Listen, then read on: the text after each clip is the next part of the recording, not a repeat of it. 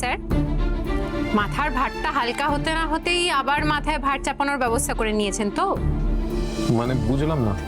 মানে এগুলো খেলে তো আপনার শরীরটা খারাপ করে। একটু আগেও তো কাতরাচ্ছিলেন, সবে তো শরীরটা ঠিক হলো, এখন এগুলো না খেলেই নয়। না না, খাচ্ছি না, জাস্ট স্টক চেক করছিলাম। ঠিক আছে, প্রসাদটা নিন।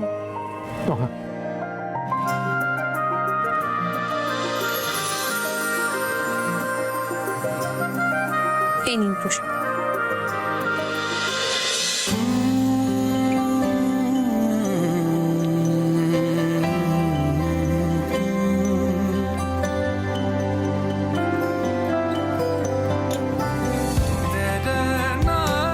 কি হলো, প্রসাদ খাইয়ে দাও। দেখতে পাচ্ছ তো আমার দুটো হাতই ব্লক।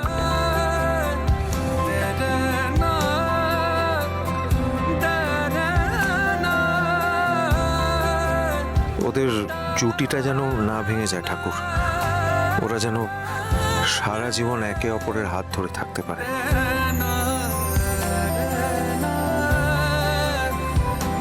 বাবা, তুমি ওখানে দাঁড়িয়ে আছো কেন?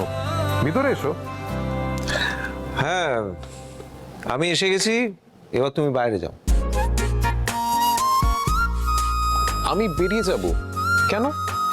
তার কারণ সোহাগের সঙ্গে আমার কিছু ব্যক্তিগত কথা আছে। ব্যক্তিগত কথা? ওকে, আমি চলে যাচ্ছি।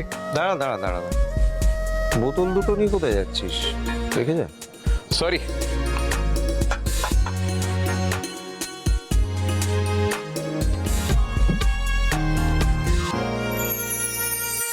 কথা বাবু, এই নিন প্রসাদ।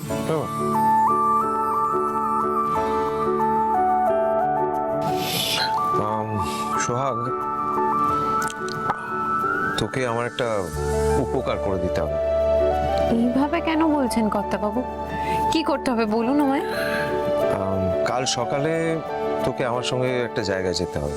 আচ্ছা আচ্ছা, উনি রাজি হয়ে গেলি? একবার জিজ্ঞেস করলি না কোথায় নিয়ে যাবো তোকে?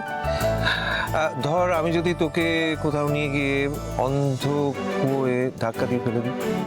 যদি তাই হয় তাহলে সেটাকে আমি নিজের ভবিতব্য হিসেবে মেনে নেব, কিন্তু আপনার উপর আমার যে ভরসা আছে তাতে আমি একটুও চিড় ধরতে দেব না।